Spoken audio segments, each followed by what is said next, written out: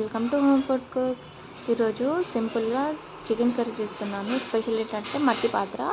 నాకు ఈ మట్టి పాత్రలో కుక్ చేయడం అంటే చాలా ఇష్టం. ముందుగా దీంట్లో ఆనియన్ ఫ్రై చేసుకొని దాంట్లో 2 పచ్చిమిర్చి అండ్ పసుపు వేసాను. నెక్స్ట్ కడిగి పెట్టుకున్న హాఫ్ కేజీ చికెన్ వేసాను. ఒకసారి చికెన్ అంతా బాగా కలుపుకోండి. ఈ మట్టి పాత్రలో కుక్ చేసేటప్పుడు సిమ్లోనే పెట్టుకోవాలి స్టవ్ అనేది. నుంచి అయినా లేదంటే అడగంటే ఛాన్స్ ఉంటుంది అనమాట. సో నెక్స్ట్ ఇక్కడ వచ్చేసి అల్లం వెల్లుల్లి పేస్ట్, కారం వచ్చేసి ఒక 3 టేబుల్ స్పూన్స్ వేసాను. ఈ మసాలా వచ్చేసి మిరియాలు, 3 లవంగాలు, 2 ఇలాచి, చిన్న చెక్క ఇవి పౌడర్ చేసుకొని కారంతో పాటు వేసుకున్నాను. వేసుకొని బాగా కలుపుకోండి.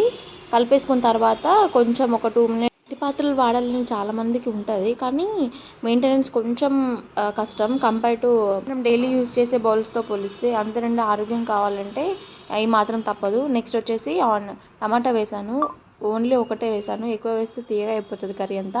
నెక్స్ట్ అది మగ్గిన తర్వాత వాటర్ వేసుకోండి. వాటర్ వేసుకొని మొత్తం కర్రీ అంతా స్లో ప్రాసెస్ సిమ్లోనే చేయాలన్నమాట.